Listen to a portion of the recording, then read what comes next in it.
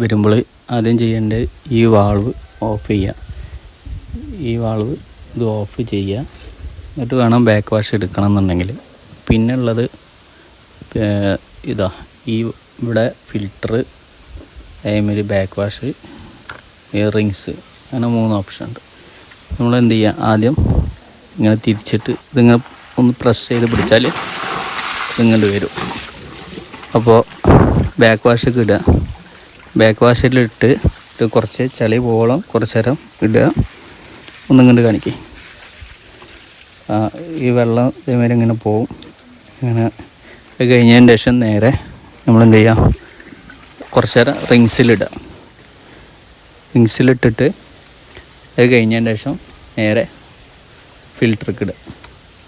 ഫിൽറ്റർക്ക് ഇട്ടതിന് ശേഷം ഈ വാൾവ് തുറന്ന് കൊടുത്ത് കുറച്ച് വെള്ളം ഇതിൽ നിന്ന് ഒഴിവാക്കണം. കുറച്ച് നേരം ഇത് തിരിച്ചിടുക, വെള്ളം പോകാനും വേണ്ടി, ക്ലിയർ ആവാനും വേണ്ടിയിട്ട്. ഇതിൽ ക്ലിയർ ആയിന്ന് കണ്ടു കഴിഞ്ഞാൽ നിങ്ങൾ നോക്കുക, ഏകദേശം നല്ല ക്ലിയർ ആയിന്ന് കണ്ടു കഴിഞ്ഞാൽ ഇത് നേരെ ഓഫ് ചെയ്തിട്ട് നമ്മളെന്ത് ചെയ്യുക, ഈ സെക്ഷൻ വാൾവ് ഓൺ ചെയ്ത് കൊടുക്കുക. അപ്പോൾ ക്ലിയർ ആയിട്ട് കണ്ടുവരും. ഇതാണ് ബാക്ക് വാഷിൻ്റെ മെത്തേഡ്.